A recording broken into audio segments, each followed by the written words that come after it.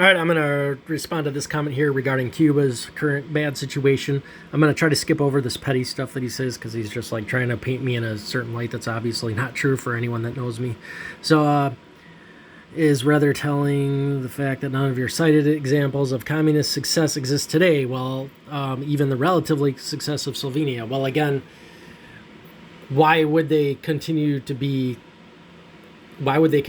like use a system that doesn't match with the systems around it? That's a non-point. That doesn't even matter. If it was the opposite, if all the industrialized countries like England and Germany adopted some type of central economy and they were the dominant force, and Slovenia was one of the small rare cases of like a successful free market, and everyone around them was turning into central economy, they do the same thing. So that's not even a real point.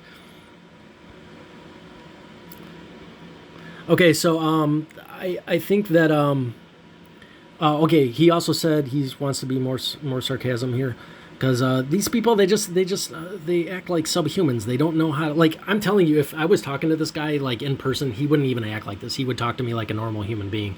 So one area in which we can agree is that Cuba was at one point relatively successful before communism took over and turned it into what it is today. Well, what it is today wasn't what it is in for the most parts of the communist history. Now, again, I'm not saying Cuba was good or anything, but they, again, if you compare them to other countries in their similar geopolitical history, relatively, they had a higher standard of living than most of them. So they were actually shooting above par in a lot of ways. Again, in some ways, like, freedom of speech or whatever, they weren't. But again, that's not necessarily communism. Okay, that's a different thing that is sometimes associated with communism, but does not necessarily have to be.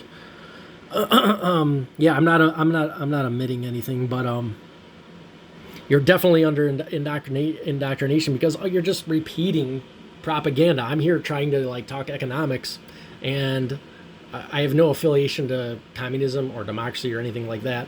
In fact, I have stronger feelings for I should say against democracy than I do like with central economy and market economy. I'm moderately in favor of market economy with some exceptions, but yeah, I don't even want to get into that. But you're painting me in a light that I'm not, and I'm just trying to explain some basic economics that you're having trouble to understand because you're emotionally attached to this communist ideology, and it's really hampering your thinking.